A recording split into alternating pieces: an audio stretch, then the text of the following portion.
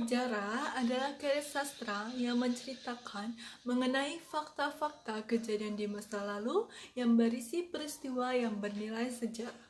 Walaupun mengulas fakta-fakta dalam sejarah, novel sejarah juga berisi hal-hal yang berasal dari imajinasi penulisnya. Jadi, kaidah kebahasaan novel sejarah pun disusun sedemikian rupa agar mengedukasi sekaligus menghibur pembacanya. Nah, novel sejarah juga mempunyai struktur teks yang sama dengan struktur novel lainnya, yaitu yang pertama ada orientasi atau exposition. Tahap orientasi atau exposition ini seringkali disebut juga sebagai tahap pengenalan situasi cerita. Tahap ini berfungsi untuk memberikan gambaran dan konteks cerita dalam novel kepada para pembaca. Oleh karena itu, dalam tahap orientasi, pengarang mulai mengenalkan para tokoh, hubungan antar tokoh, serta latar cerita berlangsung. Misalnya, latar waktu, latar peristiwa, dan latar tempat. Nah, yang kedua ada pengungkapan peristiwa. Pada tahap pengungkapan peristiwa, pengarang mulai menceritakan peristiwa awal yang menimbulkan berbagai masalah, kesukaran, pertentangan yang dihadapi oleh para tokoh novel. Nah, yang ketiga ada peningkatan konflik. Pada tahap peningkatan konflik, pengarang mulai meningkatkan perhatian pembaca atas masalah-masalah yang dihadapi oleh para tokoh novel. Tahap ini disebut juga sebagai rising conflict. Yang keempat ada puncak konflik atau klimaks. Puncak konflik atau klimaks adalah bagian paling seru dan mendebarkan dalam sebuah novel.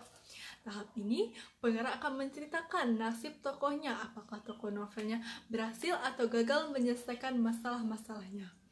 Nah, yang kelima ada penyelesaian atau resolusi. Sesuai dengan namanya, tahap ini adalah bagian akhir cerita.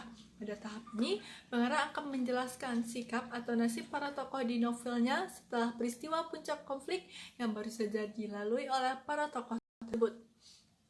Dan yang terakhir ada coda. Nah, coda merupakan bagian akhir novel yang berisi mengenai komentar pengarang mengenai keseluruhan cerita. Pengarang bisa memberikan komentar di bagian coda ini melalui dirinya sendiri atau mewakili tokoh dalam novelnya. Nah, yang terakhir mengenai unsur kebahasaan novel sejarah.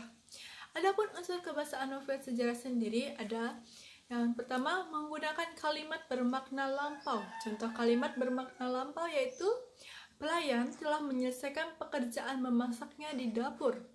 Nah, yang kedua, menggunakan kata yang menyatakan urutan waktu setelah kehidupan. Contoh, kalimat menyatakan urutan waktu adalah kemudian, sejak saat itu, pada zaman dahulu, pada awal. Contoh kalimatnya, setelah berbicara dengan ayahnya, pangeran kemudian berjalan menuju kamarnya dengan wajah gembira.